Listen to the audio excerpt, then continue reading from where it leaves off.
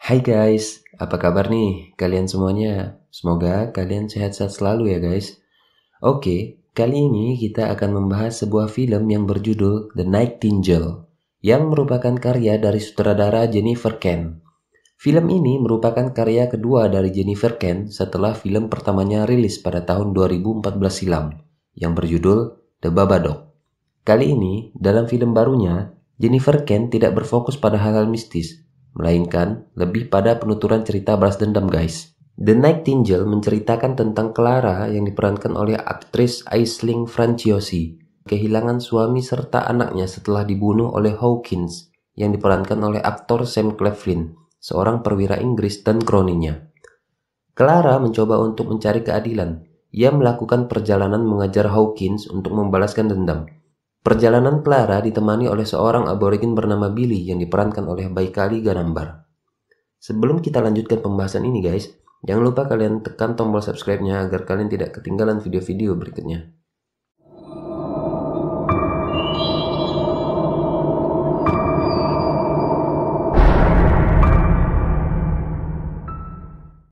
Clara Carroll adalah seorang terpidana asal Irlandia.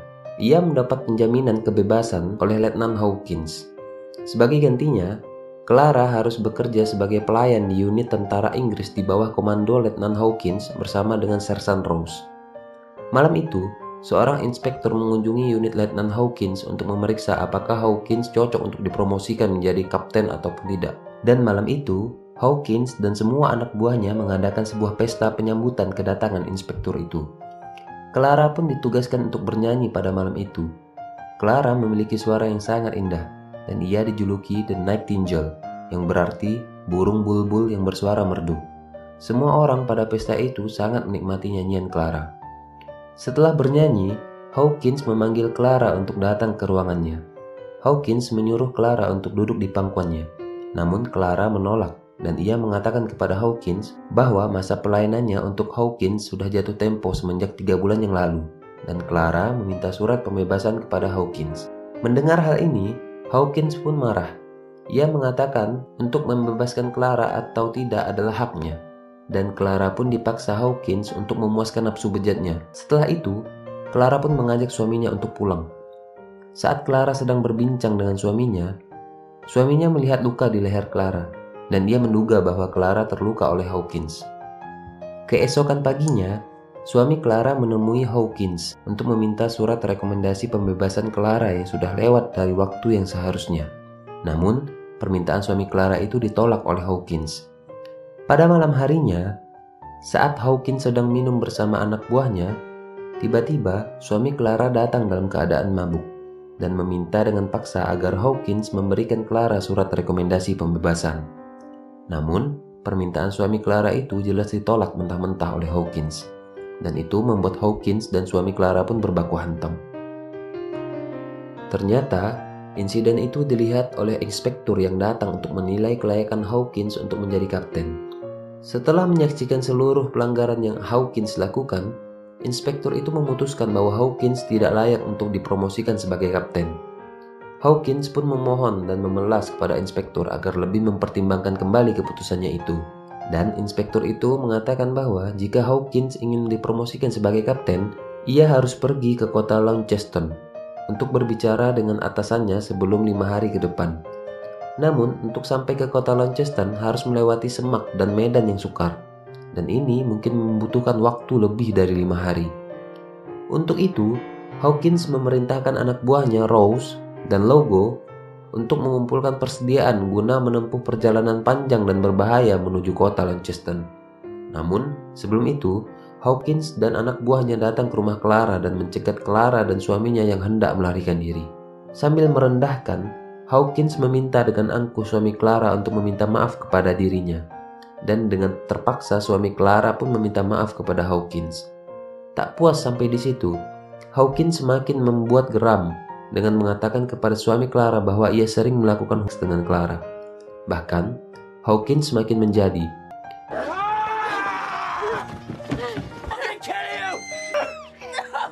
Setelah melakukan aksinya itu, Hawkins dihajar oleh suami Clara, dan Hawkins pun menembak mati suami Clara tepat di hadapan Clara.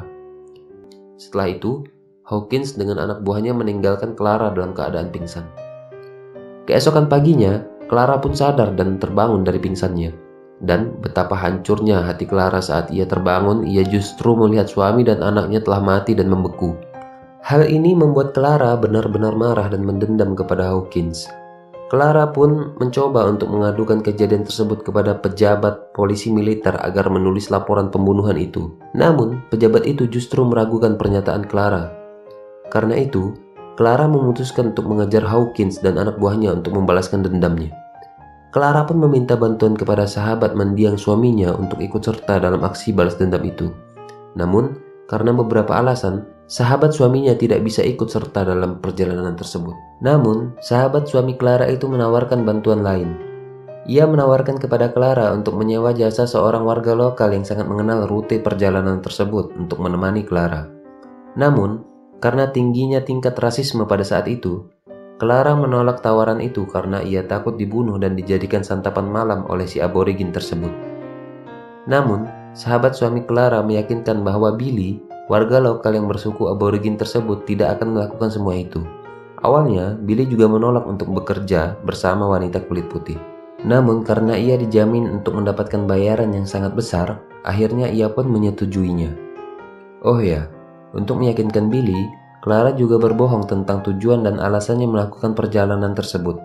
Clara mengatakan kepada Billy bahwa ia ingin bertemu dengan suaminya yang merupakan seorang prajurit di kota Launceston.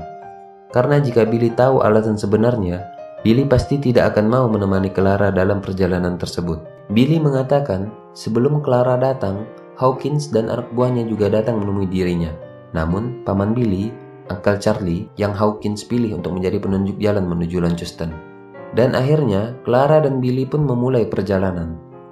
Di awal perjalanan, Clara sangat mendominasi Billy, layaknya rasisme yang marak pada masa itu.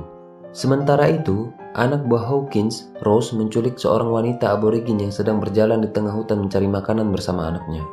Rose meminta Hawkins untuk membawa wanita itu ikut dalam perjalanan mereka untuk dijadikan budak seks. Dan Hawkins pun menyetujuinya.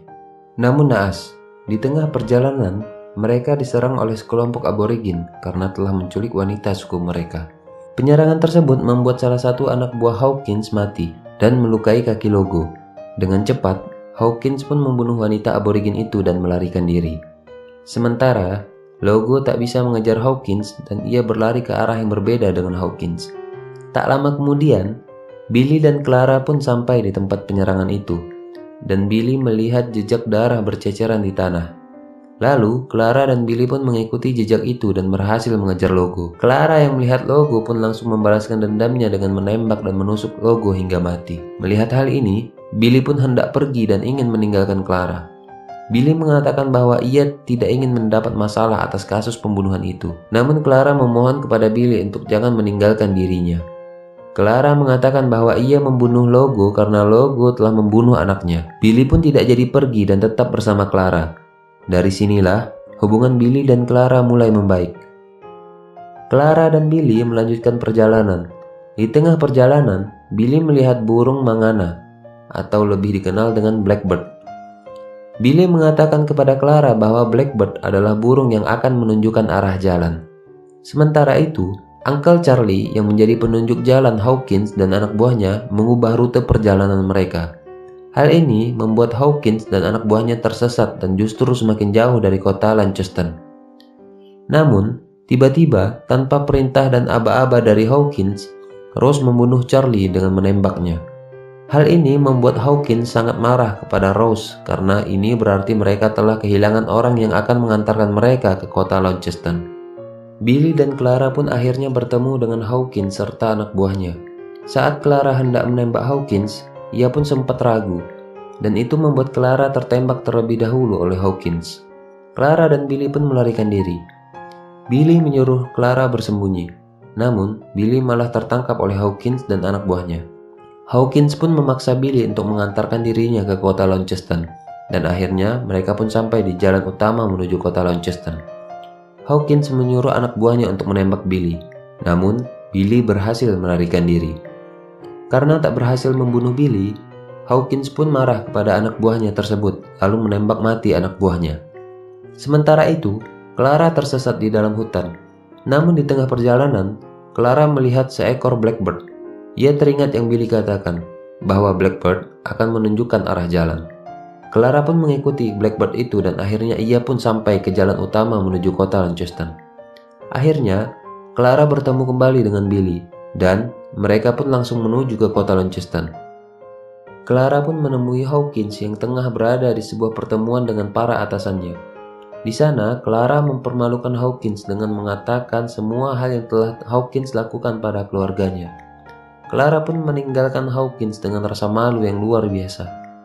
Malam harinya, Billy pun menyerang dengan membunuh Hawkins yang sedang berada di rumah bordil.